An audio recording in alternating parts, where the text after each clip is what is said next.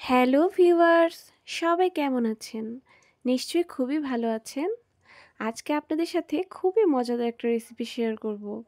সেটা হচ্ছে ছোলা বুটের রেসিপি। সবাই খুবই পছন্দ করেন আমার হাতে, তাই ভাবলাম আজকে আপনাদের সাথে রেসিপিটা শেয়ার করেই ফেলি। ছোলার রান্না আমাদের কম বেশি সবারই পছন্দের। সকালেই বলেন বা বিকেলের নাস্তাতেই বলেন, মুড়ির সাথে বা এমনিতেও এটা ভীষণ ভালো লাগে। তো আগের দিন হাফ কেজি পরিমাণের মতো ছোলা একটা গামলায় সারা রাত ভিজিয়ে রাখার জন্য নিয়ে নিলাম। সারা রাত ভিজিয়ে রাখলে ছোলাটা অনেক সফট হয় আর রান্না করলেও মুখে মিলিয়ে যায়। যে পরিমাণ ছোলা তার ডাবল পরিমাণ পানি দিয়ে সারা রাতের জন্য ভিজিয়ে রেখে দিলাম। এখন ছোলাগুলো সারা রাত পানিতে রেখে দেওয়ার জন্য কত সুন্দর সফট হয়ে গেছে। রান্নার জন্য এখন একদম পারফেক্ট। এখন কি মশলা এটাতে দিব সেগুলো আপনাদেরকে দেখিয়ে দিচ্ছি। প্রথমেই লাগছে 1 বাটি পরিমাণ পেঁয়াজ কুচি, আদা বাটা আর রসুন বাটাও পরিমাণ মতো নিয়ে নিলাম। এখন ছোলায় দিয়ে দিচ্ছি স্বাদ মতো লবণ, মরিচের গুঁড়ো আর হলুদের গুঁড়ো। এই রান্নায় আমি কিছু পরিমাণ আলু ইউজ করব, কারণ আলুটা সিদ্ধ করে যখন ছোলা বুটের সাথে মাখানো হয় তখন যে একটা আঠালো ভাব আসে, সেটা দেখতেও যেমন সুন্দর লাগে, খেতেও চমৎকার লাগে।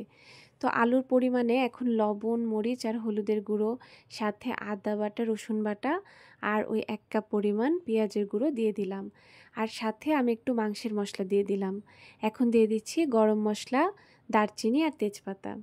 এখন 1 কাপ পরিমাণের মতো সরিষার তেল দিয়ে সম্পূর্ণ মিশ্রণটি খুব ভালোভাবে মাখবো।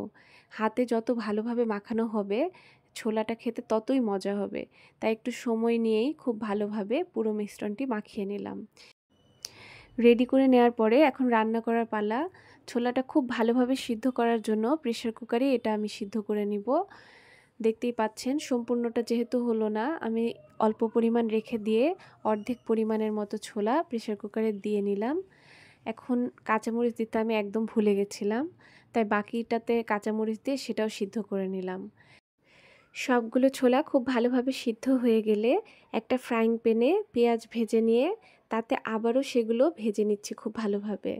কিছুক্ষণ রান্নার পরে ম্যাশড করে রাখা যে আলুগুলো সেগুলো এতে দিয়ে দিব, যাতে সবগুলো আলু খুব সুন্দরভাবে ছোলার গায়ে একটা মাখো মাখো লুকস নিয়ে আসে। এটা খেতেও দারুণ লাগে। রান্না অনেকটা হয়ে এসেছে।